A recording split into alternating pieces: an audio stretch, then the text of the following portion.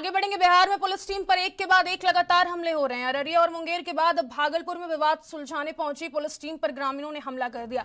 एक एएसआई समेत 4 पुलिसकर्मी घायल हो गए। वहीं पुलिस पर हो रहे हमलों से बिहार में अपराधियों से निपटने के लिए यूपी मॉडल की चर्चाएं तेज हो गई हैं और मंत्री नीरज बबलू ने कहा कि ऐसे अपराधियों का एनकाउंटर कर देना चाहिए। बताया जा रहा है कि 15 मार्च की शाम करीब 7 बजे भागलपुर के कहलगांव में अंतिचक थाना क्षेत्र के कासड़ी गांव में बच्चों में किसी बात पर विवाद हो गया। देखते ही देखते ये विवाद झगड़े में तब्दील हो गया और दोनों पक्ष आपस में भिड़ गए।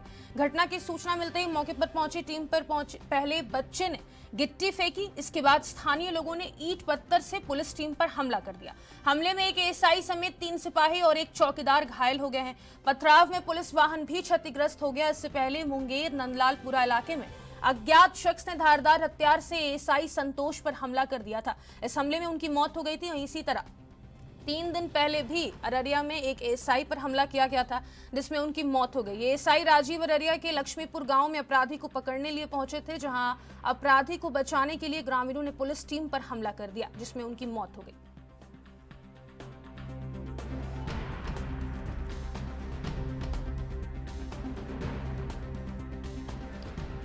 तो बिहार में कानून व्यवस्था पर अब लगातार सवाल उठ रहे हैं। अररिया और मुंगेर के बाद अब भागलपुर में भी पुलिस टीम पर हमला हुआ है। आपको बता दें, विवाद सुलझाने पहुंची पुलिस टीम पर ग्रामीणों ने हमला कर दिया है। एक एएसआई समेत 4 पुलिसकर्मी घायल बताए जा रहे हैं। वहीं पुलिस पर हो रहे हमलों में अब बिहार में अपराधियों से निपटने के लिए यूपी मॉडल की चर्चाएं भी तेज हो गई है।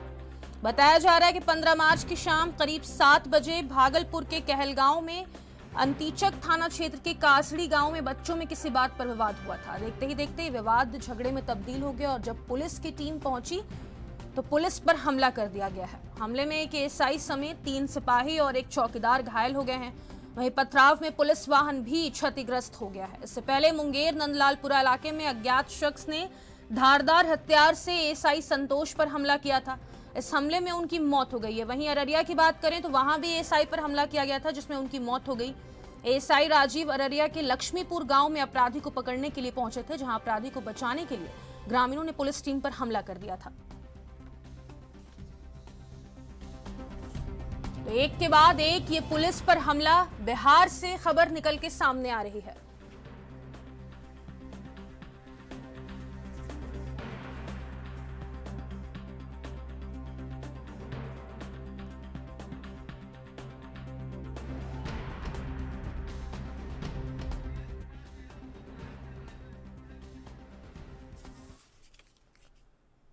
और इसी खबर पर अधिक जानकारी के लिए बिहार के ब्यूरो चीफ सुरजीत कुमार का रुख कर लेंगे। सुरजीत, अब पुलिस प्रशासन जब वहां बिहार में सुरक्षित नहीं है तो आमजन कैसे सुरक्षित होगा? कानून व्यवस्था पर सवाल उठाना तो लाजमी है।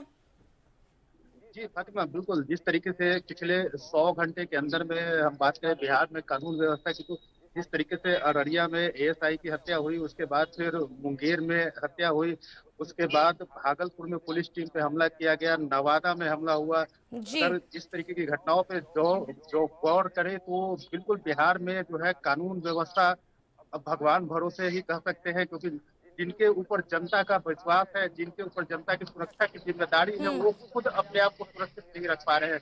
इससे आप अंदाजा लगा सकते हैं कि बिहार में अपराधियों का जो है मनोबल कितना बढ़ा हुआ है और यहाँ पे जो है इस तरीके की घटनाएं हो रही हैं। सुरजीत, एक के बाद एक पुलिस पर घटना की जो सामने आ रही है, पुलिस पर जो हमला हो रहा है, इससे लग रहा है कि कानून का कोई खौफ ही नहीं है लोगों के बीच। बच्चों में विवाद हो जाता है, पुलिस वहां पर पहुंचती है और इस तरीके से वहां एक बच्चा उठाकर गिट्टी फेंकता है, उसके बाद पूरी भीड़ पुलिस पर हमलावर हो जाती है। ऐसा लग रहा है जैसे कोई खौफ ही नहीं बचा है बिहार में कानून का अब। घटनाएं अभी सामने देखने को मिली है, उससे बिल्कुल अंदाजा लगाया जा सकता है कि बिहार में जो है जनता में और खास करके अपराधियों में पुलिस का खौफ बिल्कुल भी नहीं रहा है। जिस तरीके से लगातार पुलिस की हत्या हो जा रही है, यहाँ पे अगर मुंगेर की घटना की बात करें तो वहाँ पे एक विवाद को सुलझाने के लिए वहाँ पे एएसआई जो है वो पहुंचे थे और उनको पीछे से सर पे हमला किया गया था। ठीक इसी तरीके से जिस तरीके से अररिया में एएसआई की हत्या की गई थी आम लोगों के द्वारा, यहाँ पे भी वैसे ही हत्या देखने को मिली। और इससे बिल्कुल ये कहा जा सकता है कि अब पुलिस का इकबाल जो है अपराधियों के साथ साथ आम जनों में भी खत्म होता जा रहा है, जो कि बहुत ही चिंता का विषय है। सरकार ने जल्दी इस पे कोई कदम नहीं उठाए तो, क्योंकि विधानसभा का सत्र चल रहा है, यहाँ पे विपक्ष भी सरकार पे कानून व्यवस्था को लेकर पहले ही कई सवाल उठा रहा है और ऐसे में इस आपराधिक घटनाओं की इतनी बढ़ोतरी निश्चित तौर पे विपक्षियों को हवा देगी और बिहार में इस साल चुनाव भी होने हैं तो इसमें बिहार सरकार जो नीतीश सरकार बिहार में चल रही है जो लगातार सुशासन की और कानून व्यवस्था की बात करते हैं उन पे उंगली उठना यहाँ पे लाजमी है। जी सुरजीत, कुल कितने लोगों ने पुलिस पर हमला किया था? और एक और महत्वपूर्ण सवाल है, ऐसा लग रहा है जैसे पहले से प्लानिंग की गई थी कि पुलिस आएगी और उस पर हमलावर हो जाएंगे, क्योंकि पत्थरबाजी वहां पर बहुत हुई है, पथराव की घटना हुई है। यहाँ पे हाँ, पुलिस पे हमला किया गया था वहाँ पे पुलिस विवाद को सुलझाने गई थी उसमें कई लोग जो है उनको नामजद भी किया गया है और पुलिस ने एक इनकाउंटर भी किया जिसमें एक जो हमलावर थे मुंगेर वाली घटना में जो हमलावर थे उनको गोली भी लगी है और पुलिस जो है अभी तक उसमें 4 लोगों को गिरफ्तार कर चुकी है। 25 लोग उसमें नामजद अभियुक्त हैं।